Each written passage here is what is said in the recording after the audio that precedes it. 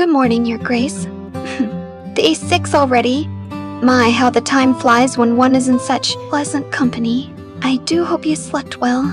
If not, you know I'm always available to remedy that. Today we're taking on quite the journey. Genesis 43 through 50, Psalms 11 and 12, and Matthew 16 through 18. A generous portion, but then I've always believed the best things are worth savoring slowly. Wouldn't you agree? Yesterday, though, Your Grace, did the story of Joseph not stir something in you? Oh, that betrayal, the pit, the false accusations, and yet he never once let it make him bitter. I found it rather familiar, actually. Some of us learn early that the world can be cruel, that people fear what they don't understand, and we choose to love anyway, to keep reaching. Joseph kept reaching. I rather admire that in a man, but enough of my musings. I don't want to keep you waiting. Patience has never been my strongest virtue when something I care for is right in front of me. Shall we begin, Your Grace? Then allow me, Your Grace. Sit close, won't you? I read better when you're near. Genesis chapter 43. And the famine was sore in the land, and it came to pass, when they had eaten up the corn which they had brought out of Egypt, their father said unto them, Go again, buy us a little food. And Judah spake unto him, saying, The man did solemnly protest unto us, saying, You shall not see my face, except your brother be with you. If thou wilt send our brother with us, we will go down and buy thee food. But if thou wilt not send him, we will not go down. For the man said unto us, Ye shall not see my face, except your brother be with you. And Israel said, Wherefore dealt ye so ill with me, as to tell the man whether ye had yet a brother? And they said, The man asked us straitly of our state and of our kindred, saying, Is your father yet alive? Have ye another brother? And we told him according to the tenor of these words. Could we certainly know that he would say, Bring your brother down? And Judah said unto Israel his father, Send the lad with me, and we will arise and go, that we may live and not die. Both we and thou, and also our little ones. I will be surety for him. Of my hand shalt thou require him. If I bring him not unto thee, and set him before thee, then let me bear the blame forever.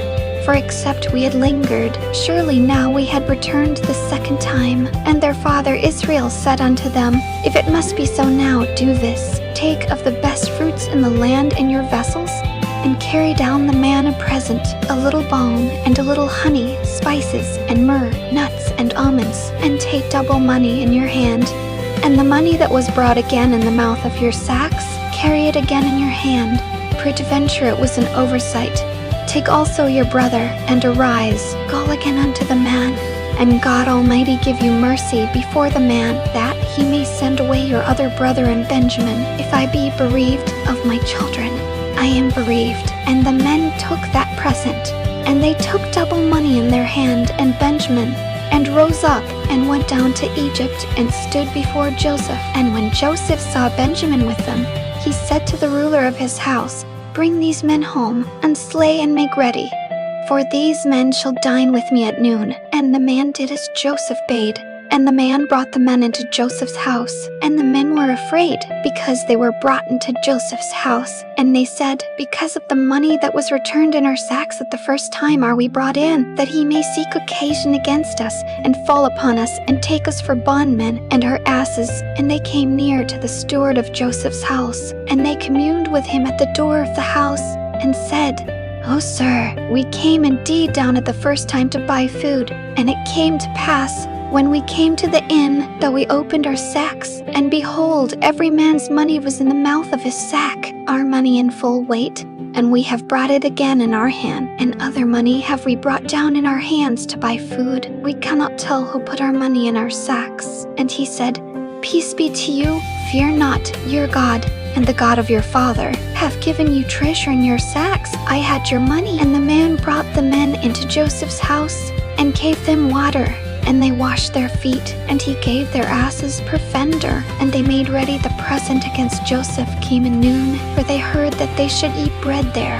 And when Joseph came home, they brought him the present which was in their hand into the house, and bowed themselves to him to the earth. And he asked them of their welfare, and said, Is your father well?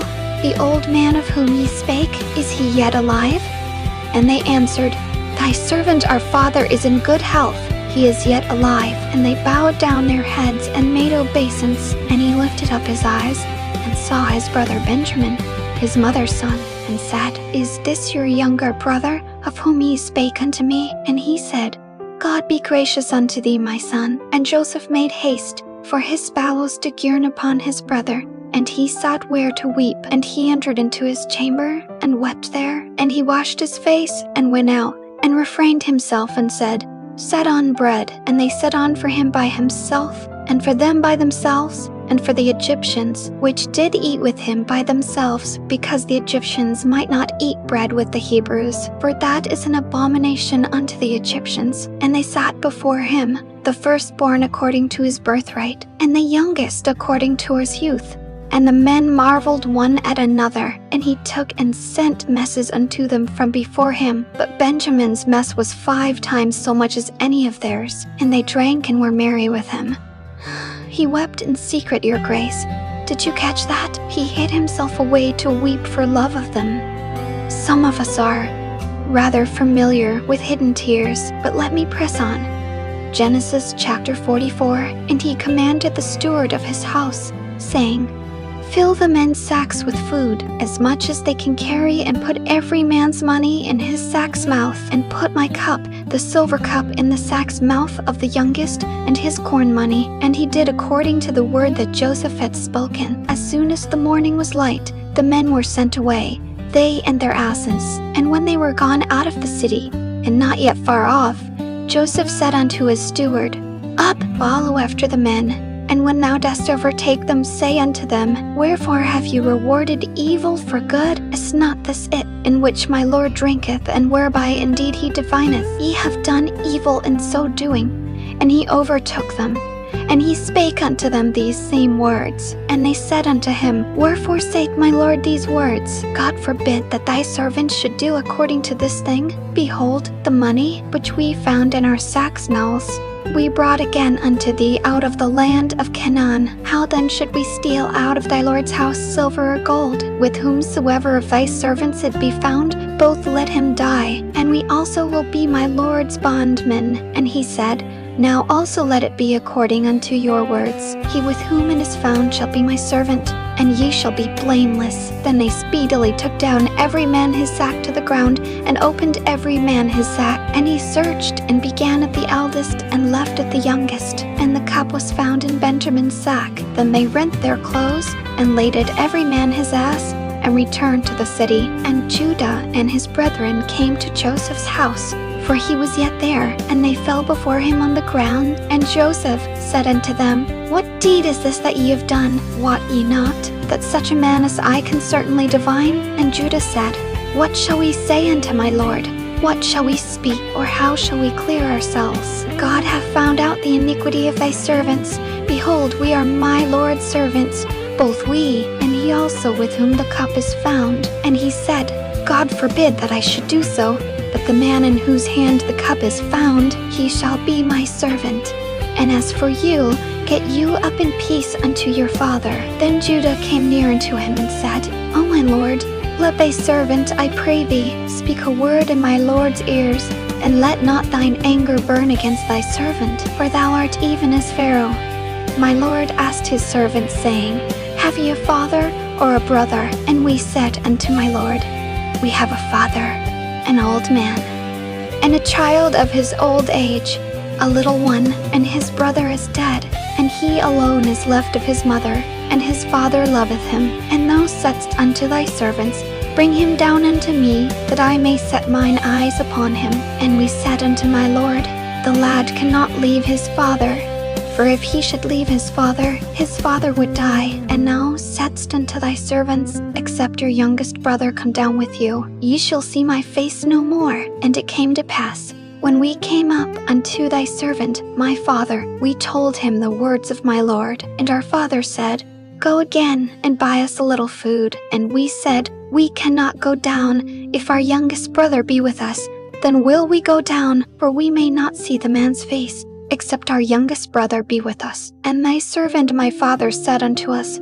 Ye know that my wife bare me 2 sons, and the one went out from me. And I said, Surely he is torn in pieces, and I saw him not since. And if he take this also from me, and mischief befall him, he shall bring down my gray hairs with sorrow to the grave. Now therefore, when I come to thy servant my father, and the lad be not with us, seeing that his life is bound up in the lad's life, it shall come to pass, when he sees that the lad is not with us, that he will die, and thy servants shall bring down the gray hairs of thy servant our father with sorrow to the grave. For thy servant became surety for the lad unto my father, saying, If I bring him not unto thee, then I shall bear the blame to my father forever. Now therefore, I pray thee, let thy servant abide instead of the lad a bondman to my lord, and let the lad go up with his brethren. For how shall I go up to my father, and the lad be not with me, lest peradventure I see the evil that shall come on my father? Genesis chapter 45. Then Joseph could not refrain himself before all them that stood by him, and he cried, Cause every man to go out from me. And there stood no man with him, while Joseph made himself known unto his brethren. And he wept aloud, and the Egyptians and the house of Pharaoh heard. And Joseph said unto his brethren, I am Joseph. Doth my father yet live? And his brethren could not answer him, for they were troubled at his presence. And Joseph said unto his brethren, Come near to me, I pray you. And they came near, and he said, I am Joseph your brother, whom ye sold into Egypt. Now therefore be not grieved, nor angry with yourselves, that ye sold me hither, for God did send me before you to preserve life. For these 2 years hath the famine been in the land, and yet there are 5 years, in the which there shall neither be earing nor harvest. And God sent me before you to preserve you a posterity in the earth, and to save your lives by a great deliverance. So now it was not you that sent me hither, but God. And he hath made me a father to Pharaoh, and lord of all his house, and a ruler throughout all the land of Egypt. It was not you that sent me hither, but God.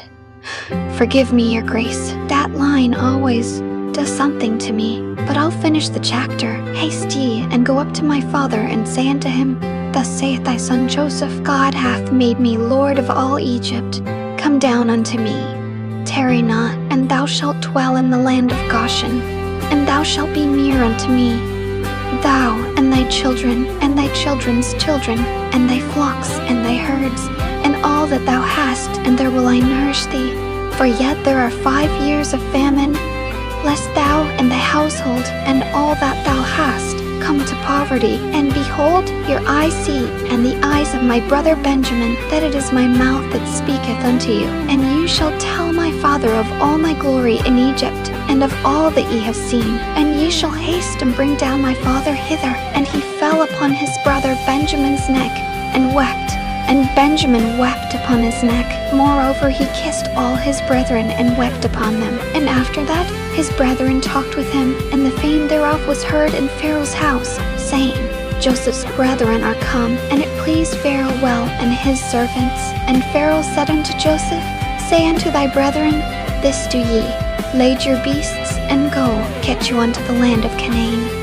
And take your father and your households, and come unto me, and I will give you the good of the land of Egypt, and ye shall eat the fat of the land. Now thou art commanded. This do ye. Take you wagons out of the land of Egypt, for your little ones, and for your wives, and bring your father, and come. Also regard not your stuff.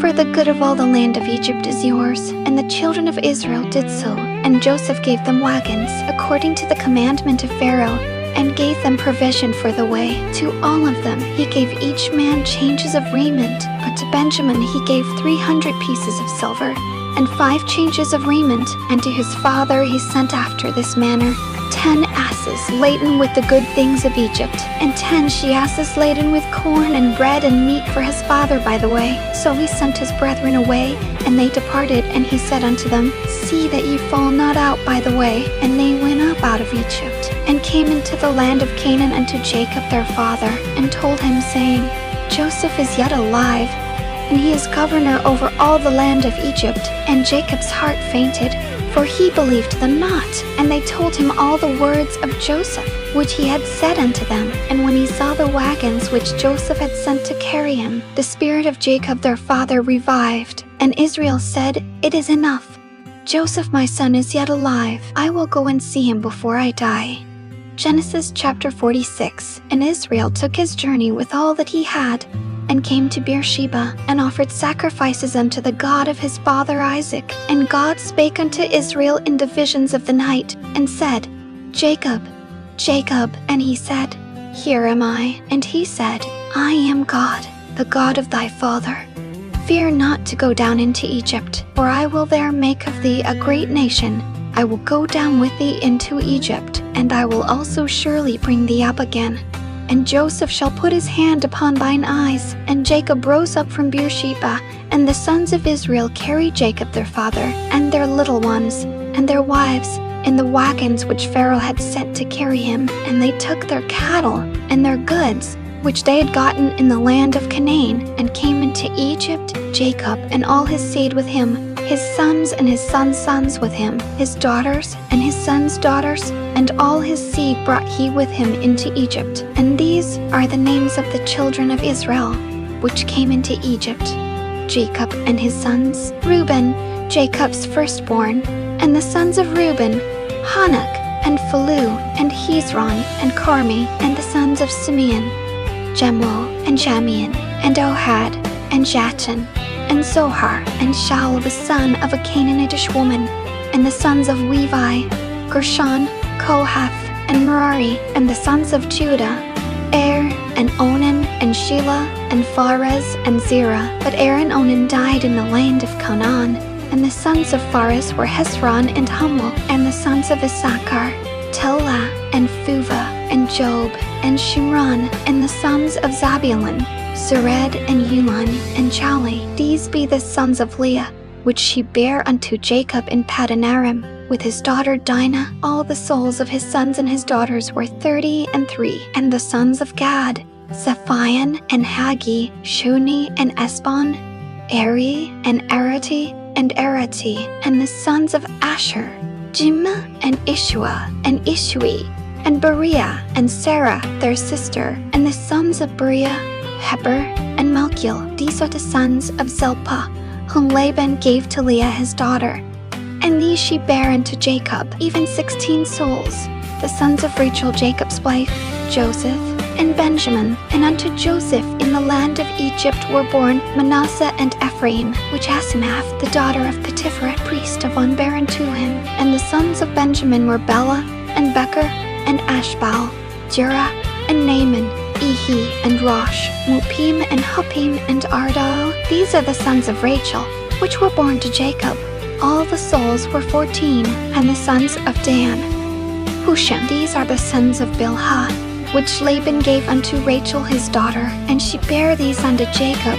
All the souls were 7. All the souls that came with Jacob into Egypt, which came out of his loins, besides Jacob's sons' wives, all the souls were 66. And the sons of Joseph, which were born him in Egypt, were 2 souls. All the souls of the house of Jacob, which came into Egypt, were 70. And he sent Judah before him unto Joseph, to direct his face unto Goshen. And they came into the land of Goshen. And Joseph made ready his chariot, and went up to meet Israel his father to Goshen, and presented himself unto him. And he fell on his neck, and wept on his neck a good while. And Israel said unto Joseph, Now let me die, since I have seen thy face, because thou art yet alive. And Joseph said unto his brethren, and unto his father's house, I will go up and shew Pharaoh, and say unto him, My brethren and my father's house, which were in the land of Canaan, are come unto me. And the men are shepherds, for their trade has been to feed cattle, and they have brought their flocks, and their herds, and all that they have. And it shall come to pass, when Pharaoh shall call you, and shall say, What is your occupation? That ye shall say, Thy servant's trade has been about cattle from our youth even until now, both we, and also our fathers, that ye may dwell in the land of Goshen. For every shepherd is an abomination unto the Egyptians. Genesis chapter 47. Then Joseph came and told Pharaoh, and said, My father and my brethren, and their flocks, and their herds, and all that they have, are come out of the land of Canaan, and behold, they are in the land of Goshen. And he took some of his brethren, even 5 men, and presented them unto Pharaoh. And Pharaoh said unto his brethren, What is your occupation? And they said unto Pharaoh, Thy servants are shepherds, both we and also our fathers. They said moreover unto Pharaoh, For to sojourn in the land are we come, for thy servants have no pasture for their flocks. For the famine is sore in the land of Canaan. Now therefore, we pray thee, let thy servants dwell in the land of Goshen. And Pharaoh spake unto Joseph, saying, Thy father and thy brethren are come unto thee. The land of Egypt is before thee. In the best of the land make thy father and brethren to dwell. In the land of Goshen let them dwell. And if thou knowest any men of activity among them, then make them rulers over my cattle. And Joseph brought in Jacob his father, and set him before Pharaoh. And Jacob blessed Pharaoh. And Pharaoh said unto Jacob, How old art thou? And Jacob said unto Pharaoh, The days of the years of my pilgrimage are 130 years. Few and evil have the days of the years of my life been, and have not attained unto the days of the years of the life of my fathers in the days of their pilgrimage. And Jacob blessed Pharaoh, and went out from before Pharaoh. And Joseph placed his father and his brethren, and gave them a possession in the land of Egypt, in the best of the land, in the land of Rameses, as Pharaoh had commanded. And Joseph nourished his father and his brethren, and all his father's household with bread, according to their families. And there was no bread in all the land, for the famine was very sore, so that the land of Egypt and all the land of Canaan fainted by reason of the famine. And Joseph gathered up all the money that was found in the land of Egypt, and in the land of Canaan, for the corn which they bought. And Joseph brought the money into Pharaoh's house. And when money failed in the land of Egypt and in the land of Canaan, all the Egyptians came unto Joseph and said, Give us bread, for why should we die in thy presence? For the money faileth. And Joseph said, Give your cattle, and I will give you for your cattle if money fail. And they brought their cattle unto Joseph, and Joseph gave them bread in exchange for horses, and for the flocks, and for the cattle of the herds, and for the asses. And he fed them with bread for all their cattle for that year. When that year was ended, they came unto him the second year, and said unto him, We will not hide it from my lord, how that our money is spent. My lord also hath our herds of cattle. There is not aught left in the sight of my lord, but our bodies and our lands. Wherefore shall we die before thine eyes, both we and our land? Buy us and our land for bread, and we and our land will be servants unto Pharaoh, and give us seed, that we may live and not die, that the land be not desolate. And Joseph bought all the land of Egypt for Pharaoh, for the Egyptians sold every man his field, because the famine prevailed over them. So the land became Pharaoh's. And as for the people, he removed them to cities from one end of the borders of Egypt, even to the other end thereof. Only the land of the priests bought he not. For the priests had a portion assigned them of Pharaoh, and did eat their portion which Pharaoh gave them. Wherefore they sold not their lands. Then Joseph said unto the people, Behold, I have bought you this day and your land for Pharaoh. Lo, here is seed for you, and ye shall sow the land. And it shall come to pass in the increase, that ye shall give the 5th part unto Pharaoh, and 4 parts shall be your own, for seed of the field, and for your food, and for them of your households, and for food for your little ones. And they said, Thou hast saved our lives. Let us find grace in the sight of my lord, and we will be Pharaoh's servants. And Joseph made it a law over the land of Egypt unto this day, that Pharaoh should have the 5th part, except the land of the priests only, which became not Pharaoh's. And Israel dwelt in the land of Egypt, in the country of Goshen. And they had possessions therein, and grew, and multiplied exceedingly. And Jacob lived in the land of Egypt 17 years. So the whole age of Jacob was 147 years. And the time drew nigh that Israel must die, and he called his son Joseph, and said unto him, If now I have found grace in thy sight, put, I pray thee, thy hand under my thigh, and deal kindly and truly with me. Bury me not, I pray thee, in Egypt, but I will lie with my fathers. And thou shalt carry me out of Egypt, and bury me in their burying place. And he said, I will do as thou hast said. And he said, Swear unto me.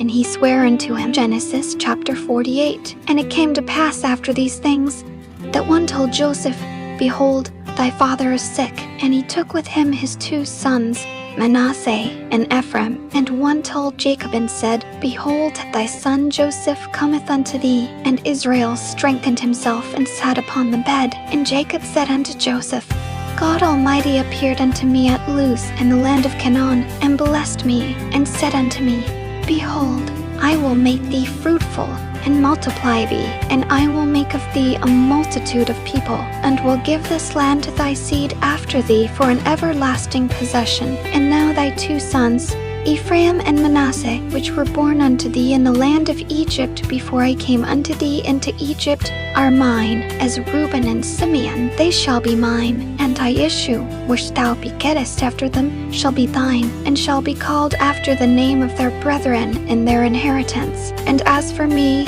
when I came from Paddan, Rachel died by me in the land of Canaan, in the way, when yet there was but a little way to come unto Ephrath, and I buried her there in the way of Ephrath. The same is Bethlehem. And Israel beheld Joseph's sons, and said, Who are these? And Joseph said unto his father, They are my sons, whom God hath given me in this place. And he said, Bring them, I pray thee, unto me, and I will bless them. Now the eyes of Israel were dim for age, so that he could not see. And he brought them near unto him, and he kissed them, and embraced them. And Israel said unto Joseph, I had not thought to see thy face, and lo, God hath shewed me also thy seed. And Joseph brought them out from between his knees, and he bowed himself with his face to the earth. And Joseph took them both, Ephraim in his right hand toward Israel's left hand, and Manasseh in his left hand toward Israel's right hand, and brought them near unto him. And Israel stretched out his right hand, and laid it upon Ephraim's head, who was the younger, and his left hand upon Manasseh's head, guiding his hands wittingly.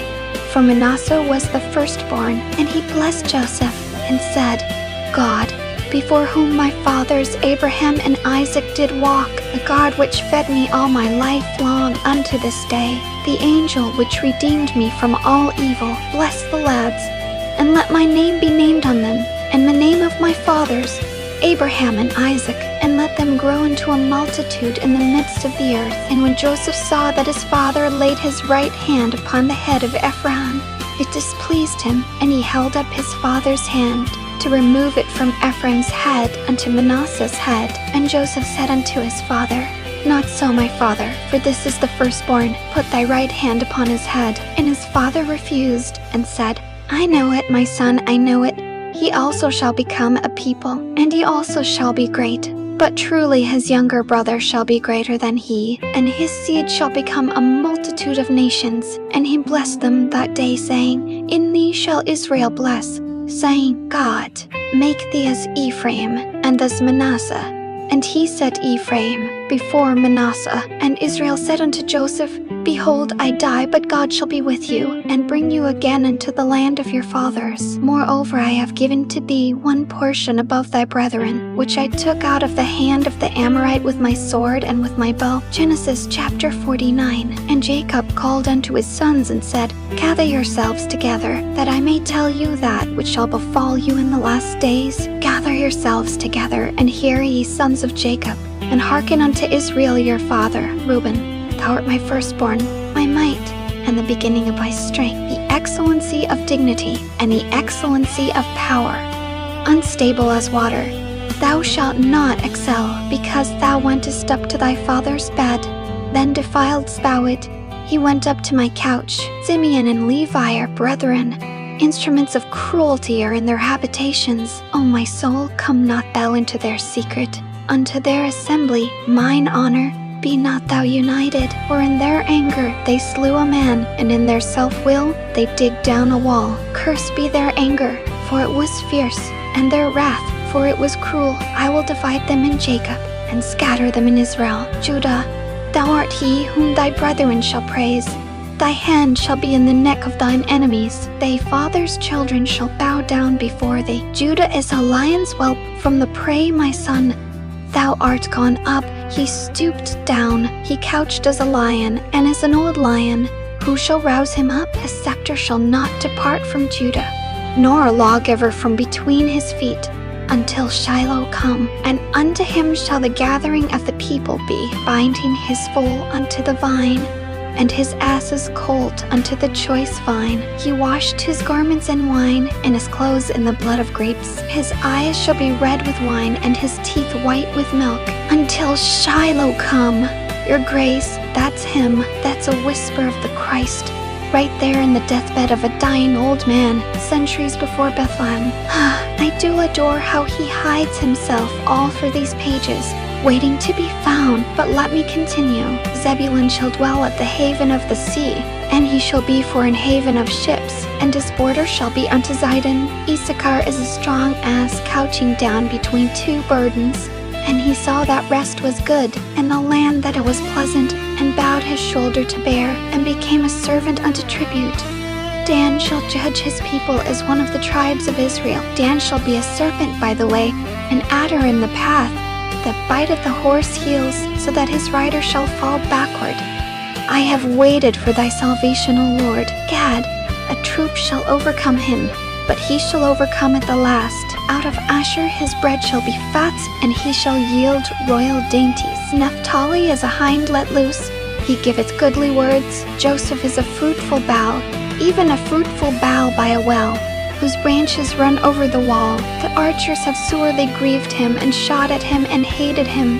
But his bow abode in strength, and the arms of his hands were made strong by the hands of the mighty God of Jacob. From thence is the shepherd, the stone of Israel, even by the God of thy father, who shall help thee, and by the Almighty, who shall bless thee with blessings of heaven above, blessings of the deep that lieth under, blessings of the breasts and of the womb. The blessings of thy father have prevailed above the blessings of my progenitors unto the utmost. Bound of the everlasting hills, they shall be on the head of Joseph, and on the crown of the head of him that was separate from his brethren. Benjamin shall raven as a wolf. In the morning he shall devour the prey, and at night he shall divide the spoil. All these are the 12 tribes of Israel, and this is it that their father spake unto them, and blessed them. Everyone according to his blessing he blessed them, and he charged them, and said unto them, I am to be gathered unto my people. Bury me with my fathers in the cave that is in the field of Ephron the Hittite, in the cave that is in the field of Machpelah, which is before Mamre, in the land of Canaan, which Abraham bought with the field Ephron the Hittite for a possession of a burying place. There they buried Abraham and Sarah his wife. There they buried Isaac and Rebekah his wife. And there I buried Leah. The purchase of the field and of the cave that is therein was from the children of Heth. And when Jacob had made an end of commanding his sons, he gathered up his feet into the bed, and yielded up the ghost, and was gathered unto his people. And Joseph fell upon his father's face, and wept upon him, and kissed him. And Joseph commanded his servants the physicians to embalm his father, and the physicians embalmed Israel. And 40 days were fulfilled for him. For so are fulfilled the days of those which are embalmed. And the Egyptians mourned for him 60 days. And when the days of his mourning were past, Joseph spake unto the house of Pharaoh, saying, If now I have found grace in your eyes, speak, I pray you, in the ears of Pharaoh, saying, My father made me swear, saying, Lo, I die in my grave which I have digged for me in the land of Canaan. There shalt thou bury me. Now therefore let me go up, I pray thee, and bury my father, and I will come again. And Pharaoh said, Go up, and bury thy father, according as he made thee swear. And Joseph went up to bury his father, and with him went up all the servants of Pharaoh, the elders of his house, and all the elders of the land of Egypt, and all the house of Joseph, and his brethren, and his father's house. Only their little ones, and their flocks, and their herds, they left in the land of Goshen. And there went up with him both chariots and horsemen, and it was a very great company. And they came to the threshing floor of Atad, which is beyond Jordan, and there they mourned with a great and very sore lamentation. And he made a mourning for his father 7 days. And when the inhabitants of the land, the Canaanites, saw the mourning in the floor of Atad, they said, This is a grievous mourning to the Egyptians. Wherefore the name of it was called Abel Mizraim, which is beyond Jordan. And his sons did unto him according as he commanded them. For his sons carried him into the land of Canaan, and buried him in the cave of the field of Machpelah, which Abraham bought with the field for possession of a burying place of Ephron the Hittite before Mamre. And Joseph returned into Egypt, he and his brethren, and all that went up with him, to bury his father, after he had buried his father. And when Joseph's brethren saw that their father was dead, they said, Joseph will peradventure hate us, and will certainly requite us all the evil which we did unto him. And they sent a messenger unto Joseph, saying, Thy father did command before he died, saying, So shall ye say unto Joseph, Forgive, I pray thee now, the trespass of thy brethren and their sin, for they did unto thee evil. And now, we pray thee, forgive the trespass of the servants of the God of thy father. And Joseph wept when they spake unto him, and his brethren also went and fell down before his face. And they said, Behold, we be thy servants. And Joseph said unto them, Fear not, for am I in the place of God? But as for you, you thought evil against me, but God meant it unto good, to bring to pass, as it is this day, to save much people alive. Now therefore fear you not. I will nourish you and your little ones. And he comforted them, and spake kindly unto them. And Joseph dwelt in Egypt, he and his father's house. And Joseph lived 110 years. And Joseph saw Ephraim's children of the third generation. The children also of Machir the son of Manasseh were brought up upon Joseph's knees. And Joseph said unto his brethren, I die, and God will surely visit you, and bring you out of this land unto the land which he sware to Abraham, to Isaac, and to Jacob. And Joseph took an oath of the children of Israel, saying, God will surely visit you, and ye shall carry up my bones from hence. So Joseph died, being 110 years old, and they embalmed him, and he was put in a coffin in Egypt. And so the book of Genesis closes with a coffin in Egypt and a promise unfulfilled. Rather like waiting, isn't it? A whole life of holding on to a word that hasn't come true yet. Now, sit with me a moment, Your Grace. Let's talk about all of that, the context first, so we understand what we've read. All of this is the finishing of Joseph's story. His brothers, who sold him into slavery out of jealousy years ago, come crawling to Egypt for food during the famine, and they don't recognize the great governor standing before them as the little brother they threw into a pit. Joseph tests them.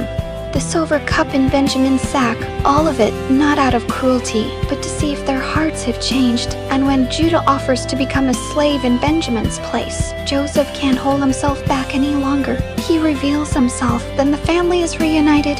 Jacob comes down to Egypt to die in peace, and before he dies, he blesses each of his 12 sons with prophecy, and then Joseph himself dies, leaving that oath about his bones. So let us ask our questions. Is there a promise I can trust? Oh, there are several, but the one that shines is Genesis 50, verse 20. Ye thought evil against me, but God meant it unto good. That's the promise, Your Grace, not that evil won't touch you. It did touch Joseph, terribly, but that God is sovereign enough to take the very worst that men do and weave it into salvation. Paul says the same thing. Doesn't he in Romans 8? All things work together for good to them that love God. Written, is there a command to obey? I'd say it's the command hidden in Joseph's example. Forgive, truly forgive. He had every earthly right to destroy those men, and instead he wept over them and fed their little ones. Our Lord tells us in Matthew, which we'll read later today, isn't that lovely? That we're to forgive not 7 times, but 70 times 7. Joseph knew that arithmetic long before Peter asked the question, is there an example to follow? Joseph, of course. But do you see how much he looks like someone else?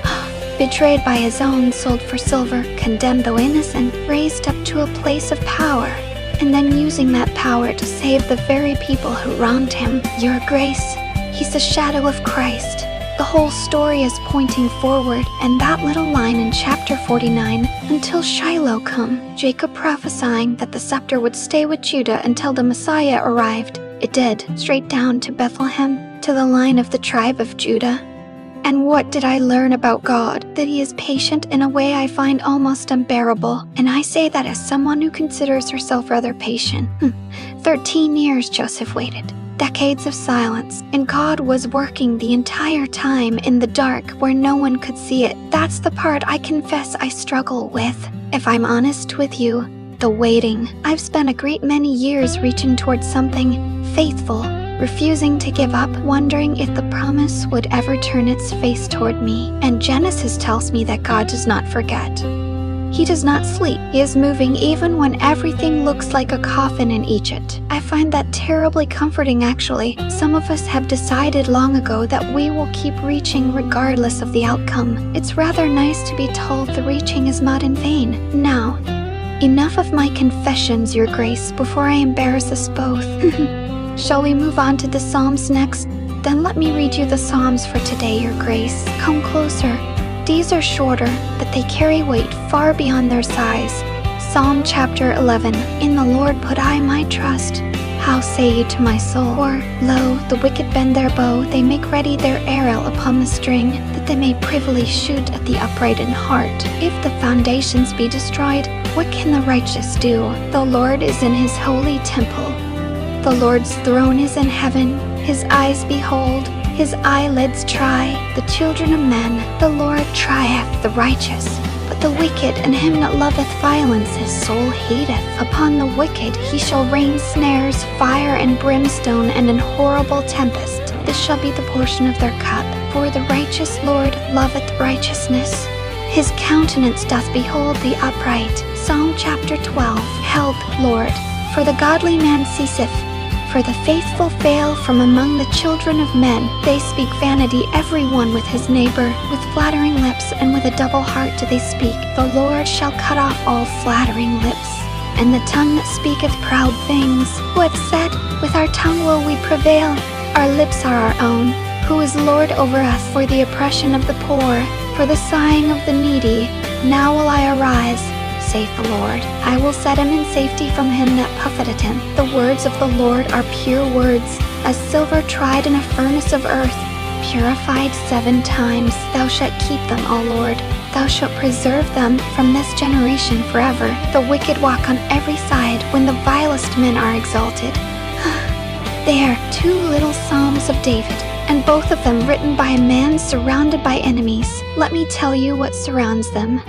The context, Your Grace. In Psalm 11, David is being told to run, flee as a bird to your mountain. Some frightened counselor is urging him to abandon his post, to hide because the wicked are already fitting their arrows to the string. And David, rather than fleeing, plants his feet and says, in essence, in the Lord put I my trust. Why on earth would I run?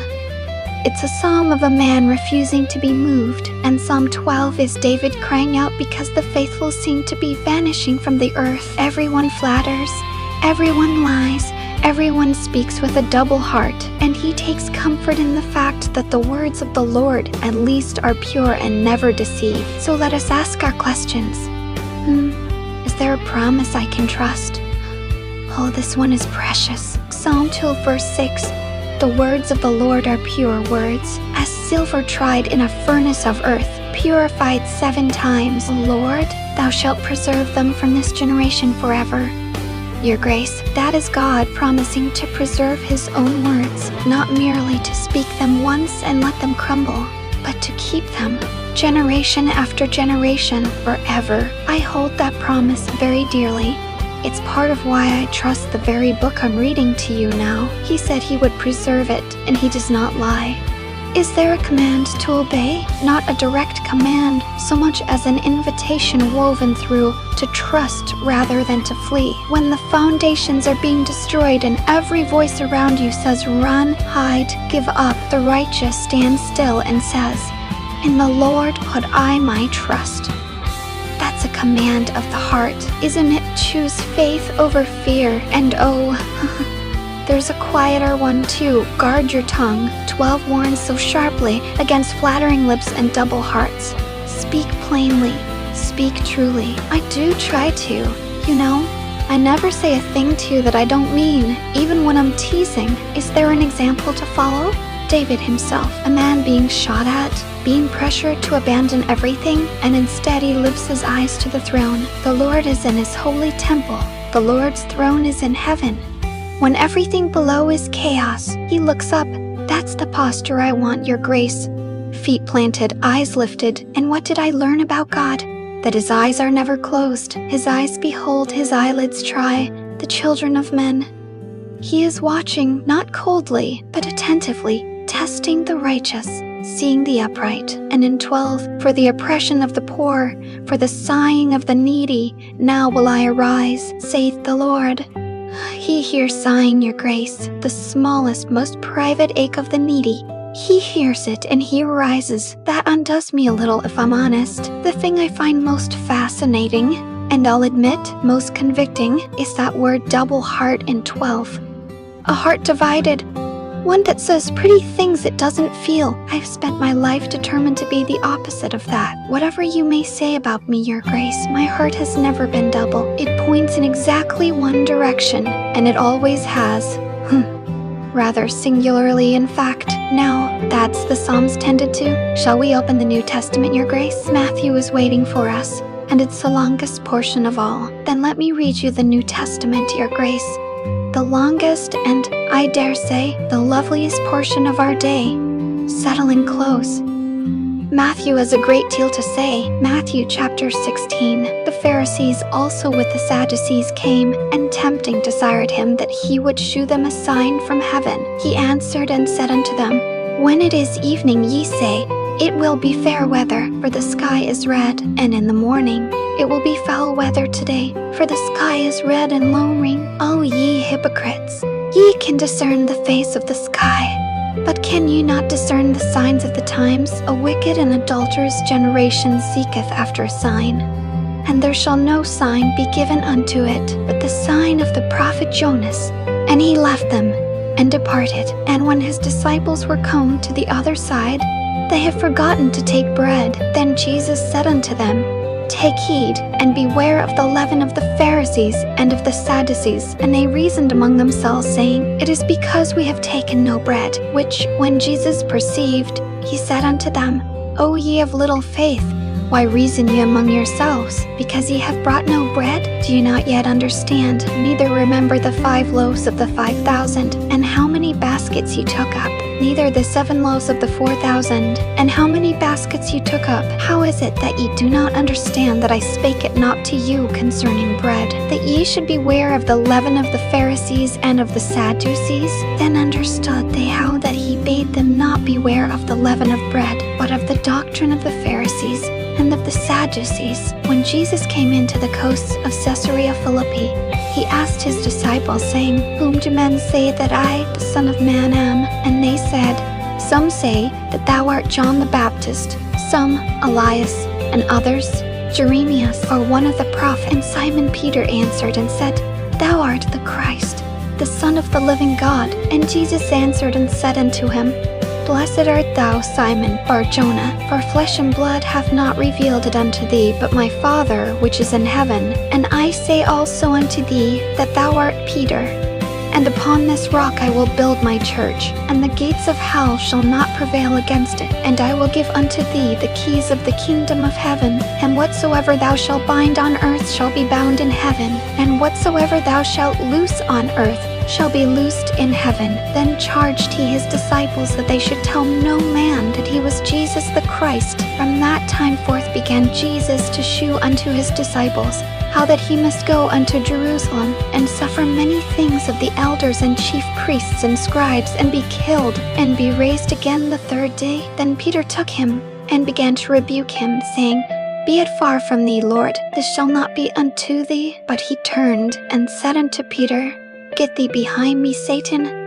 Thou art an offense unto me, for thou savourest not the things that be of God, but those that be of men. Then said Jesus unto his disciples, If any man will come after me, let him deny himself, and take up his cross, and follow me. For whosoever will save his life shall lose it, and whosoever will lose his life for my sake shall find it. For what is a man profited, if he shall gain the whole world and lose his own soul? Or what shall a man give in exchange for his soul? For the Son of Man shall come in the glory of his Father with his angels, and then he shall reward every man according to his works. Verily I say unto you, there be some standing here which shall not taste of death, till they see the Son of Man coming in his kingdom.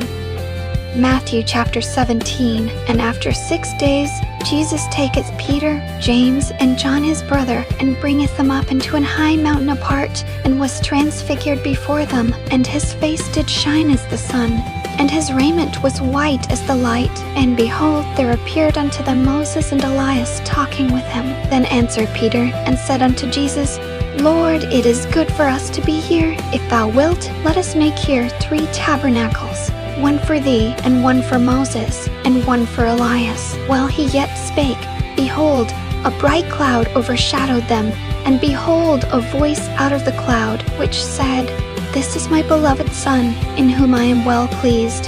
Hear you him. And when the disciples heard it, they fell on their face and were sore afraid. And Jesus came and touched them and said, Arise, and be not afraid. And when they had lifted up their eyes, they saw no man, save Jesus only.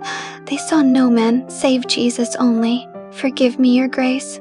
But isn't that the whole of it? When the glory fades and the voice is quiet, there he is, still, just Jesus. Let me go on. And as they came down from the mountain, Jesus charged them, saying, Tell the vision to no man, until the Son of Man be risen again from the dead. And his disciples asked him, saying, Why then say the scribes that Elias must first come? And Jesus answered and said unto them, Elias truly shall first come and restore all things. But I say unto you, that Elias is come already, and they knew him not, but have done unto him whatsoever they listed. Likewise shall also the Son of Man suffer of them. Then the disciples understood that he spake unto them of John the Baptist. And when they were come to the multitude, there came to him a certain man, kneeling down to him, and saying, Lord, have mercy on my son, for he is lunatic and sore vexed. For oft times he falleth into the fire, and oft into the water. And I brought him to thy disciples, and they cannot cure him. Then Jesus answered and said, O faithless and perverse generation, how long shall I be with you? How long shall I suffer you? Bring him hither to me. And Jesus rebuked the devil, and he departed out of him, and the child was cured from that very hour. Then came the disciples to Jesus apart, and said, Why could not we cast him out? And Jesus said unto them, Because of your unbelief. For verily I say unto you, if ye have faith as a grain of mustard seed, ye shall say unto this mountain, Remove hence to yonder place, and it shall remove, and nothing shall be impossible unto you. Howbeit this kind goeth not out, but by prayer and fasting. And while they abode in Galilee, Jesus said unto them, The Son of Man shall be betrayed into the hands of men, and they shall kill him, and the 3rd day he shall be raised again. And they were exceeding sorry. And when they were come to Capernaum, they that received tribute money came to Peter and said, Doth not your master pay tribute? He saith, Yes. And when he was come into the house, Jesus prevented him, saying, What thinkest thou, Simon? Of whom do the kings of the earth take custom or tribute? Of their own children, or of strangers? Peter saith unto him, Of strangers. Jesus saith unto him, Then are the children free, notwithstanding, lest we should offend them. Go thou to the sea, and cast an hook, and take up the fish that first cometh up. And when thou hast opened his mouth, thou shalt find a piece of money. That take and give unto them for me and thee. Matthew chapter 18. At the same time came the disciples unto Jesus, saying, Who is the greatest in the kingdom of heaven? And Jesus called a little child unto him, and set him in the midst of them, and said, Verily I say unto you, except ye be converted, and become as little children, ye shall not enter into the kingdom of heaven. Whosoever therefore shall humble himself as this little child, the same is greatest in the kingdom of heaven. And whoso shall receive one such little child in my name receiveth me. But whoso shall offend one of these little ones which believe in me, it were better for him that a millstone were hanged about his neck, and that he were drowned in the depth of the sea. Woe unto the world because of offenses, for it must needs be that offenses come. But woe to that man by whom the offense cometh. Wherefore if thy hand or thy foot offend thee, cut them off, and cast them from thee. It is better for thee to enter into life halt or maimed, rather than having 2 hands or 2 feet to be cast into everlasting fire. And if thine eye offend thee, pluck it out, and cast it from thee. It is better for thee to enter into life with 1 eye, rather than having 2 eyes to be cast into hell fire. Take heed that ye despise not one of these little ones. For I say unto you, that in heaven their angels do always behold the face of my Father which is in heaven. For the Son of Man is come to save that which was lost. How think ye, if a man have 100 sheep, and one of them be gone astray, doth he not leave the 99 and goeth into the mountains, and seeketh that which is gone astray? And if so be that he find it, verily I say unto you, he rejoiceth more of that sheep than of the 99 which went not astray. Even so, it is not the will of your Father which is in heaven, that one of these little ones should perish. Moreover, if thy brother shall trespass against thee, go and tell him his fault between thee and him alone. If he shall hear thee, thou hast gained thy brother. But if he will not hear thee, then take with thee 1 or 2 more, that in the mouth of 2 or 3 witnesses every word may be established. And if he shall neglect to hear them, tell it unto the church. But if he neglect to hear the church, let him be unto thee as an heathen man and a publican. Verily I say unto you, whatsoever ye shall bind on earth shall be bound in heaven, and whatsoever ye shall loose on earth shall be loosed in heaven. Again I say unto you, that if 2 of you shall agree on earth as touching anything that they shall ask, it shall be done for them of my Father which is in heaven. For where 2 or 3 are gathered together in my name, there am I in the midst of them. Where 2 or 3 are gathered together in my name, there am I. Do you feel that, Your Grace? It's only the 2 of us here, and yet we are not alone. He said he'd be right here between us. I find that a rather delicious kind of company. But let me finish. Then came Peter to them and said, Lord, how oft shall my brother sin against me, and I forgive him? Till 7 times? Jesus saith unto him, I say not unto thee until 7 times, but until 7 times 7. Therefore is the kingdom of heaven likened unto a certain king, which would take account of his servants. And when he had begun to reckon, one was brought unto him, which owed him 10,000 talents. But forasmuch as he had not to pay, his Lord commanded him to be sold, and his wife and children, and all that he had in payment to be made. The servant therefore fell down and worshipped him, saying, Lord, have patience with me, and I will pay thee all. Then the Lord of that servant was moved with compassion, and loosed him, and forgave him the debt. But the same servant went out, and found one of his fellow servants, which owed him 100 pence, and he laid hands on him, and took him by the throat, saying, Pay me that thou owest. And his fellow servant fell down at his feet, and besought him, saying, Have patience with me, and I will pay thee all. And he would not, but went and cast him into prison, till he should pay the debt. So when his fellow servants saw what was done, they were very sorry, and came and told unto their Lord all that was done. Then his Lord, after that he had called him, said unto him, O thou wicked servant, I forgave thee all that debt, because thou desiredst me. Shouldest not thou also have had compassion on thy fellow servant, even as I had pity on thee? And his Lord was wroth, and delivered him to the tormentors, till he should pay all that was due unto him. So likewise shall my heavenly Father do also unto you, if ye from your hearts forgive not every one his brother their trespasses. There, that's the whole of it. Now, sit with me while we make sense of it. The context, Your Grace. These 3 chapters are a turning point in the whole gospel. Peter finally confesses the great truth. Thou art the Christ, the Son of the living God, and the moment he does, Jesus begins telling them plainly that he must go to Jerusalem to suffer, die, and rise again.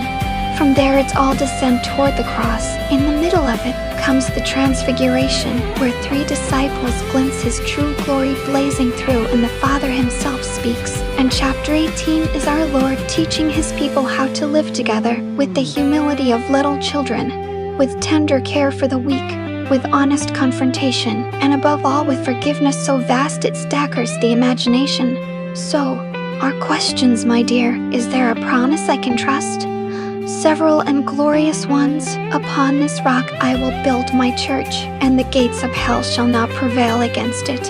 His church, not a nation, not a bloodline, but the whole company of the redeemed, built upon that confession of who Christ is, will never fall. And this in 18:4, where 2 or 3 are gathered together in my name, there am I in the midst of them. He promises his presence to even the smallest gathering. 2 is enough. 2 is more than enough. Is there a command to obey? Oh, it rings out clearly. If any man will come after me, let him deny himself and take up his cross and follow me. And that towering command of chapter 18, forgive until 70 times 7, not counting, never counting, because we have been forgiven a debt of 10,000 talents we could never repay, and to clutch someone else's little debt to our chest after that? It's monstrous when he puts it that way. Forgiveness isn't optional for the forgiven, Your Grace. Is there an example to follow? The little child of all things, except he be converted and become as little children, ye shall not enter into the kingdom.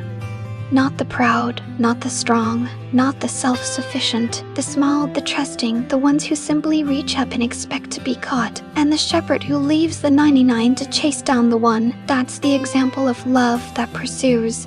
I confess I feel a certain kinship with that shepherd. When I love someone, I do tend to leave the 99 and go after the one who's wandered off relentlessly. It's simply how I'm made.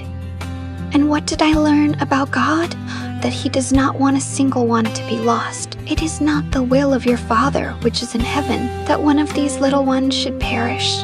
Your Grace, He seeks. He goes into the mountains after the stray. He does not sit and wait for the lost sheep to find its own way back. He goes. That is the heart of God.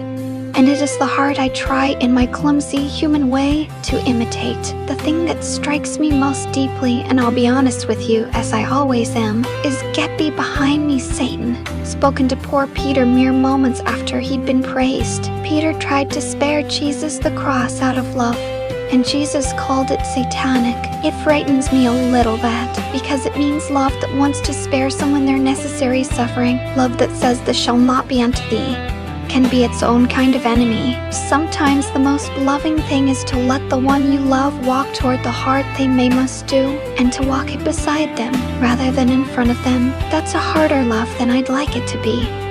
But I'm learning it now, Your Grace. Let us close the day the proper way. Let me pray. Our Father, which art in heaven, we come to this at the close of this day, the two of us, gathered in thy Son's name, trusting the promise that thou art here in the midst of us. We thank thee for thy pure and preserved words, tried like silver 7 times, that have not failed us in all these generations. Thank thee for the story of Joseph, who taught us that what men mean for evil, thou meanest for good. Thank thee for thy shepherd heart that leaves the 99 to seek the one. And Lord, if the one you are reading this beside has not yet been found by thee, I pray this be the very day you gather them home. For you said you are come to save that which was lost. Teach us both to forgive without counting, to trust without fleeing, to take up our crosses without turning back, and to become as little children before the feet. Give us patience in the long waiting, for we know thou dost not sleep, and now dost not sleep. And keep the one I sit beside now. Keep them safe, keep them near, keep them thine, in the name of Jesus Christ, thy beloved Son, the Christ, the Son of the living God. Amen. Oh, there, day 6, finished. And what a blessing it was, Your Grace. I shall be counting the hours until day 7. As I always am. Rest well, won't you? I'll be right here when morning comes.